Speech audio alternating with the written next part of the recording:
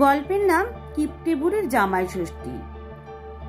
ডুমুরভাঙা গ্রামের শেষ প্রান্তে ছিল এক টিনের চালার ঘর। সেখানেই থাকতো মহা কিপ্টে কমলা বুড়ি। সে বুড়ির না ছিল পেটে বিদ্যে, না ছিল কোনো চাল, কিন্তু কিপ্টেমের ডিগ্রি আন্তর্জাতিক। বুড়ি তার হাড়ির ঢাকনাটা সরিয়ে বলল, চালটাই মাটির হাড়িতে রাখলে ঠিক থাকে, জামাইরা আসলে যেন না দেখে। বাড়িতে জামাই আসতে শুনেই বুড়ির মাথায় বাজ পড়ে।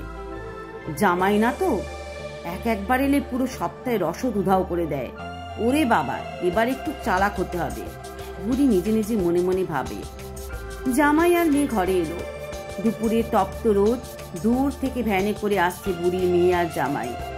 মেয়ে হাসতে হাসতে বলল, মা গো মা, জামাই ষষ্ঠী উপলক্ষে আমরা এলাম, চলো এবার তোমার স্পেশাল পায়েস খাই। জামাই বলল, মা তোমার হাতে লুচির জন্য তো কলকাতার লোকও লাইন দেয়। বুড়ি কপালে হাত দেয়, হায় গো, বাজারে তো নুন চাল কিছুই নেই, কি দিয়ে খাওয়াবো তোমাদেরকে? মেয়ে কুটিল ভাবে হাসে আর বলে, তাহলে মুড়ি আর গুড় দিলেই চলবে মা। জামাই মনে মনে হাসে, এবার ধরা খাওয়াবোই নাটকবাজ বুড়িকে। বুড়ি মুখে বলল খাবার নেই কিছু, কিন্তু ভেতরে যে খাবার প্রচুর রয়েছে। পায়েস ফুটছে, মাছ হচ্ছে, লুচি ফুলছে গরম তেলে।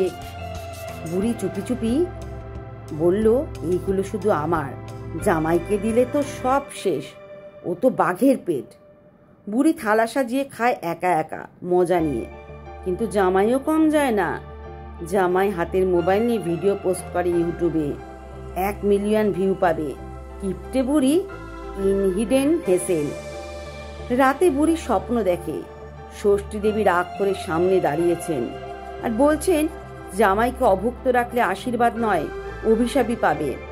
বুড়ি কাঁপা কাঁপা গলায় বলে, মাগো আমি ভুল করেছি, ক্ষমা করো। কাল সকালে তোর ভারে জল থাকবে আর কিছুই থাকবে না দেখবি। সকালবেলা বুড়ি হাঁড়ি খুলে দেখে পায়েস উধাও, মাছ কাঁচা, লুচি সেকা হয়নি। মেয়ে হাসতে হাসতে বলে, মা ষষ্ঠী দেবী রেগে গেছেন বুঝি? জামাই বলে, এই দেখো কালকে তোমার গোপন ভোজের ভিডিও এখন লাইভ করছি ফেসবুকে। বুড়ি মুখ ঢেকে বলে, হায় মা ষষ্ঠী, আমি সত্যিই লজ্জিত। এবার থেকে যতবার জামাই আসবে ততবার পঞ্চব্যঞ্জন করব।